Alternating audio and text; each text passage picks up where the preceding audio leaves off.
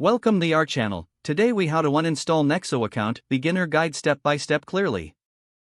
Open the Nexo app on your device. Log into your account using your credentials. Navigate to the settings menu, usually found in the top right corner. Scroll down to find the option for account management or security.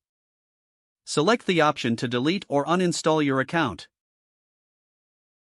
Read any prompts or warnings that appear regarding account deletion. Confirm that you understand the implications of uninstalling your account. Enter any required information or passwords to continue the process. Follow any additional on-screen instructions to complete the uninstallation. Once the process is finished, check for confirmation that your account has been deleted. If you have the app installed, you can now uninstall it from your device.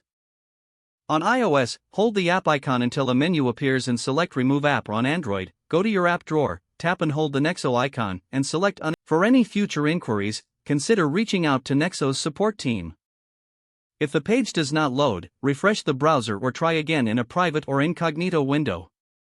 Make sure you are using the correct email address, then retype it carefully to avoid small typos.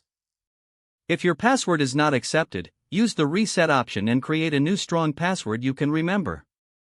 Check your spam folder for verification or security emails, then complete any requested confirmation steps.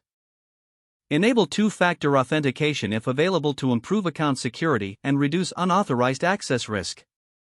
After signing in, review your profile details so your contact information and settings are accurate and current.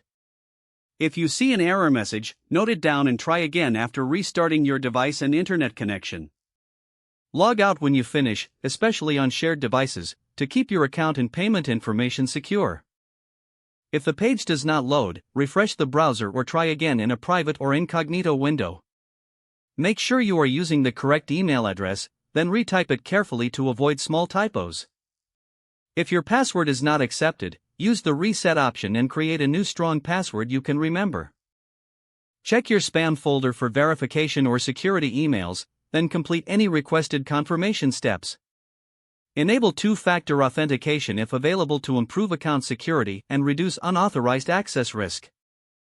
After signing in, review your profile details so your contact information and settings are accurate and current.